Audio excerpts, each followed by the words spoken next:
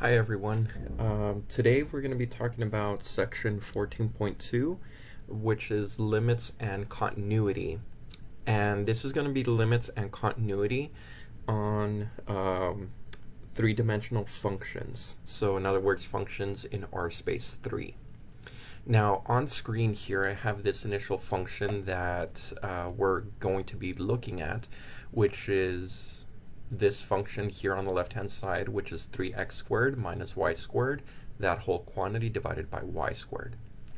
Now looking at this surface here, we're going to try to establish what is the limit as these ordered pairs in the domain being x's and y's, which ordered pairs are going to be defined. Not only defined, but are we going to be able to find the limits for this function as those ordered pairs are approaching certain values. All right, so one thing that we can do to start off is we can start defining certain paths on this surface. And you can define any given path that you'd like on this surface, so long as that path is going to go through the ordered pair that is in your domain.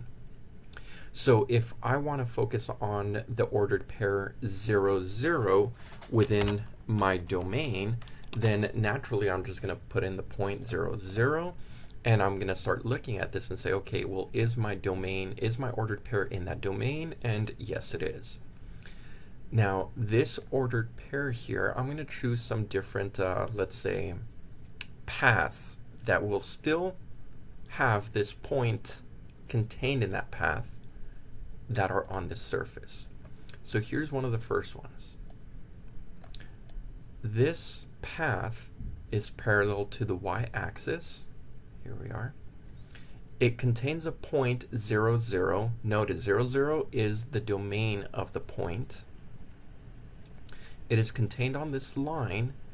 However, as all of the ordered pairs approach 0, 0 along this path, it looks like the limit will be down here at -1 for the z values.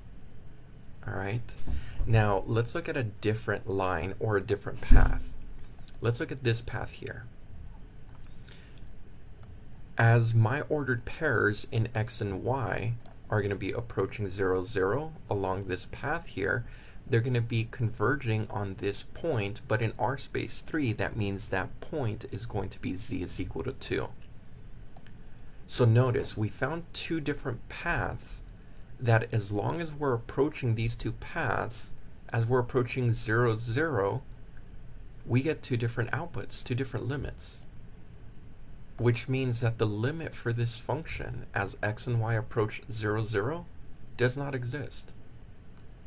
But we have to be really careful though, because according to parametrization techniques, we can find an infinite number of paths that can be parametrized to go through a certain point. So if I would have, let's say, guessed incorrectly at these two paths, we would get that the limit would be the same, and we would come to a false conclusion that the limit would exist when in fact it does not. So showing that a limit does exist is actually a little bit harder than showing that it does not exist.